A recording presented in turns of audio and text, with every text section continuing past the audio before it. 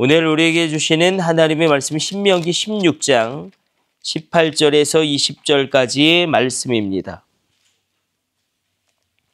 신명기 16장 18절에서 20절까지 말씀 우리 같이 찾아서 읽습니다.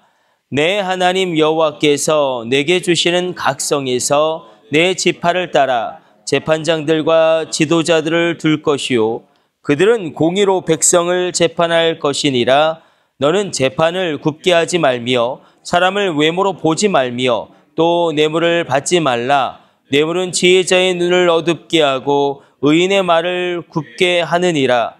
너는 마땅히 공의만을 따르라. 그리하면 내가 살겠고 내 하나님 여호와께서 내게 주시는 땅을 차지하리라. 아멘. 오늘 본문의 말씀은 특별히 하나님께서 이스라엘 백성 가운데 이렇게 말씀하시죠. 각 성에서 너의 지파를 따라서 내게 주시는 그 성 가운데 하나님께서 정해두신 그 영역이 있다라는 것입니다. 그리고 재판장들과 지도자들에 대해서 이야기합니다. 하나님께서는 어떤 경계를 나누시고 그것을 구별하시죠. 우리가 레위기를 조금만 더 생각해 보면 레위기에서 중요하게 이야기하는 것이 섞지 말라라는 것이죠. 너희가 섞지 말아라. 하나님께서 구별하신 것을 구별한 그대로 너희가 그것을 받아들여라. 그래서 심지어는 뭐 이렇게 옷감도 너희가 섞지 말아라. 이렇게 말할 정도로 섞는 것에 대해서 경계하십니다.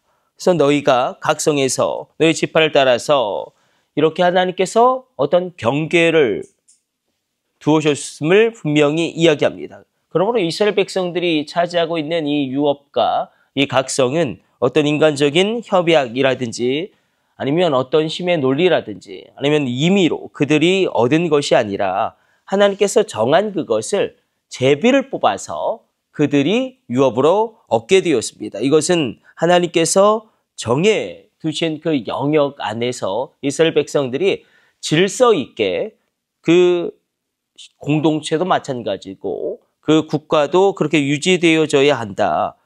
사도행전 17장 26절에도 하나님이 이렇게 말씀하시죠. 인류의 모든 족속을 한 혈통으로 만드시고 온 땅에 거하게 하시고 저희 연대를 정하시고 거주의 경계를 정하셨다. 그리고 우리가 쉽게 생각해 보면 뭐 창세기의 말씀도 그렇고 이사야의 말씀을 통해서도 바다와 땅의 경계도 하나님이 구별하셨기 때문에 바다가 땅을 침노하지 못한다라고 이야기하고 있습니다. 그러나 또 한 가지를 이야기하고 있죠. 너희가 재판장과 지도자들을 두어야 한다. 그러니까 사법기관에 대해서 이야기합니다. 사법기관의 재판장들과 지도자들은 굳게 판단하지 말아야 한다. 뇌물을 받지 말아야 한다. 그리고 사람을 외모로 보지 말아야 한다. 어떻게 보면 한 사회도 그렇고 한 국가도 마찬가지죠. 이 정의, 하나님의 공의를 구현하는 마지막 보루가 이 사법부라고 할 수 있는데 이 재판장들이 판결을 굽게 하고 사람을 외모로 보고 뇌물을 받을 때에 그 국가 공동체가 존립이 어려워집니다. 그러니까 사법부의 판단에 따라서 모든 것이 흔들릴 수 있기 때문에 하나님은 그것을 염려하심으로 세 가지 원칙을 정하십니다. 재판장들도 그렇고 지도자들도 그렇고 이 법과 관련된 너희들은 굳게 판단하지 말고 사람을 외모로 보지 말고 그리고 뇌물을 받지 말아라. 이 중요한 세 가지 원칙이 이스라엘 신앙 공동체 가운데 거의 지켜진 적은 없고 재판장들은 늘 판결을 굽게 하고 사람을 외모로 보고 그리고 뇌물을 받았습니다. 뭐 우리나라도 마찬가지죠. 사법부에 대한 것이 여러 가지 우려가 지금 있는 것도 사실입니다. 그래서 사실 또 유전무죄, 그러니까 돈이 있으면 뭐 재판을 이기기가 쉽죠. 변호사들을 아직도 뭐 우리나라는 그렇죠. 뭐 현실이죠. 전관예우가 사실은 있기 때문에 말도 안 되는 것이지만 그래서 유전 무죄가 되고 무전 유죄가 되는 경우가 참으로 많습니다.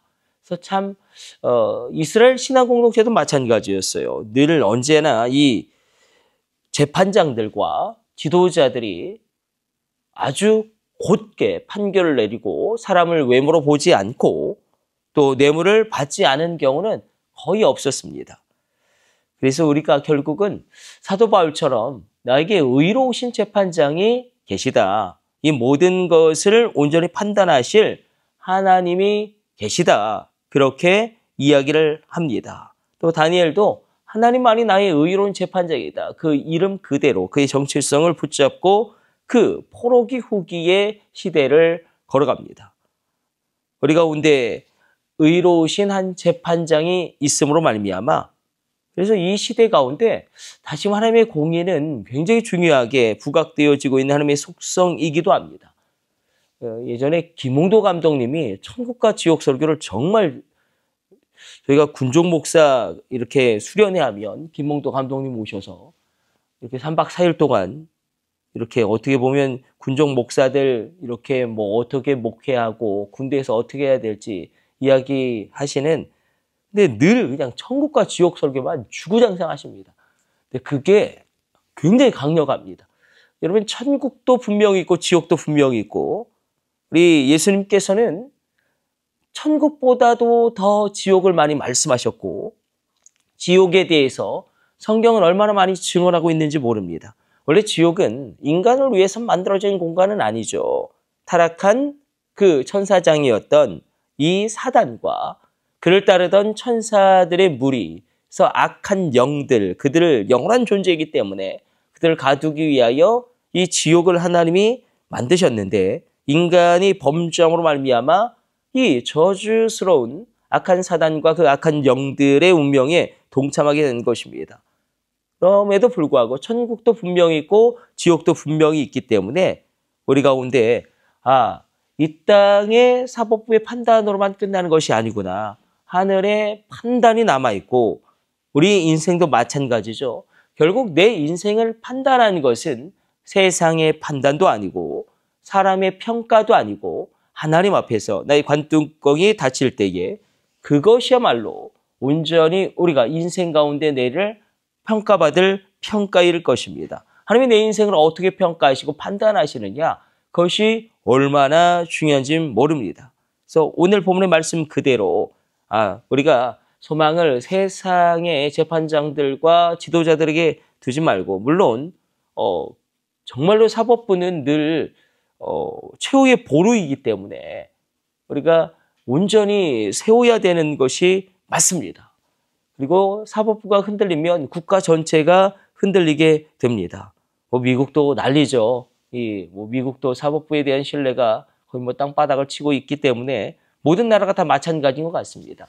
재판관들이나 지도자들이 판결을 굳게 하고 아주 명확하게 하고 뇌물을 받지 않고 사람을 외모로 보지 않는 경우는 거의 없는 것 같습니다. 그럼에도 불구하고 우리가 믿음의 사람들이 있지 않습니까? 믿음의 사람들이 이렇게 영향력을 발휘하는 것이 그래서 중요한 것 같아요. 하나님을 두려워하는 사람들, 적어도 내 인생이 이 땅으로만 끝나는 것이 아니라 하나님 앞에 선다라고 여긴다면, 하나님을 두려워한다면, 그래서 믿음의 사람들이 강력한 영향력을 미치면 미칠수록 국가의 도덕성도 올라가게 되어지는, 그래서 하나님께서는 이렇게 세 가지 원칙을 말씀하셨지만 범죄한 이스라엘은 이 원칙을 지킨 적이 거의 없었다. 인간은 전적으로 타락한 존재이기 때문에 그럼에도 불구하고 우리가 사법부를 위해서 기도하고 그리고 지도자들을 위해서 기도하고 그리고 하나님께서 모든 경계를 정하신 그 경계를 우리가 지킴으로 말미암아 이 경계를 지킴으로 말미암아 그 나라가 질서와 안녕을 유지하는 것. 그래서 하나님은 질서의 하나님이십니다. 이 질서의 하나님이 오늘도 이 새벽 우리의 내면 세계를 정리하실 뿐만 아니라 이 나라 인민족 하나님의 뜻대로 온전히 질서를 세우시기를 우리가 기도함으로 하나님께 간구하는 귀한 새벽 되시기를 축복합니다.